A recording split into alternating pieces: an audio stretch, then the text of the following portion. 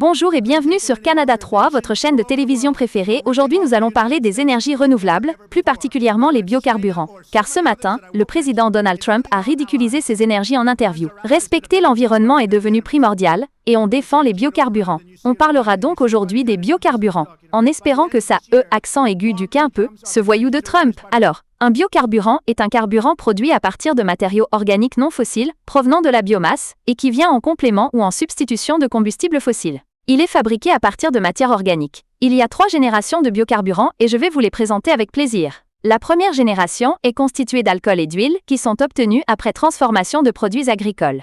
Comme biocarburant de première génération, il y a l'éthanol qui est produit à partir de canne à sucre, de céréales et de betteraves sucrières. Il est utilisé dans les moteurs essence.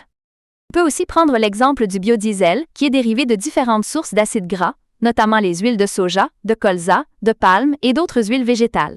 Il est utilisé dans les moteurs diesel.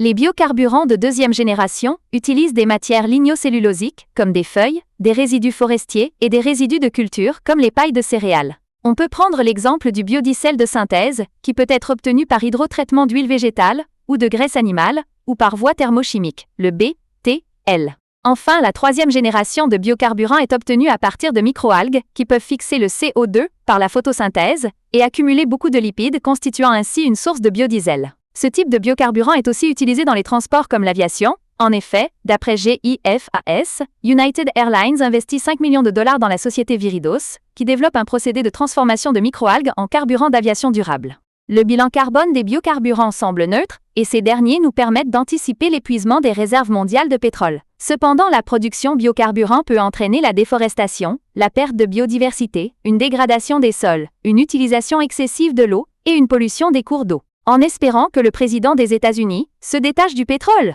Bonne soirée et à demain.